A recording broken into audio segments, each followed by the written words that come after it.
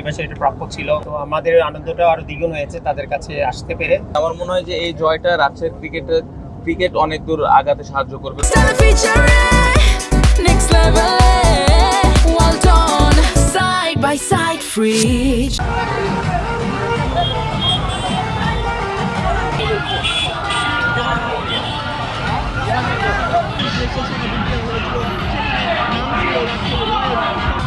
আমরা তাকে বলতে দেখেছিলাম।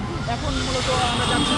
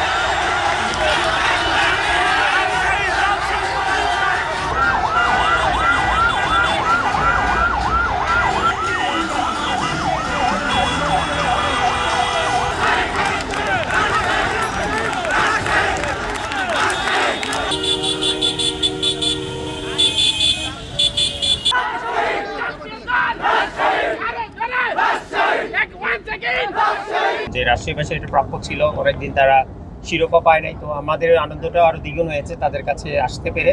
আর খুবই ভালো লাগতো তাদের মাঝে যদি থাকতে পারতাম, বাট এটা আসলে একটু ইম্পসিবল। বাট তাদের ভালোবাসা দেখে এবং তাদের ভালোবাসা আনন্দ শেয়ার করতে পেরে খুবই ভালো লেগেছে। আমরা শুধু রাজশাহীতে না, রাজশাহী বগুড়া দুই মাঠেই বিপিএল হওয়া উচিত এবং বিপিএল হওয়ার জন্য যা যা কিছু কাজ করা দরকার, ইনশাল্লাহ আমি আশা করছি এখন 1 বছর আছে, বিসিবি সেই দিকটা দেখবে এবং নেক্সট টাইম রাজশাহী বগুড়াতে যদি খেলা হয়ে থাকে তাহলে আরো দর্শক বেশি হবে। সেই হয়ে প্রথম বছর বিপিএল খেলা এবং ট্রফি জয়টা একটা বাড়তি আনন্দের বিষয় এবং আমি মনে করি যে রাজশাহীর লোকাল ছেলে হিসেবে প্রথম বছর রাজশাহীর হয়ে খেলতে পেরে এবং কাপ জিততে পেরে এটা খুবই আনন্দের এবং খুবই ভালো লাগছে।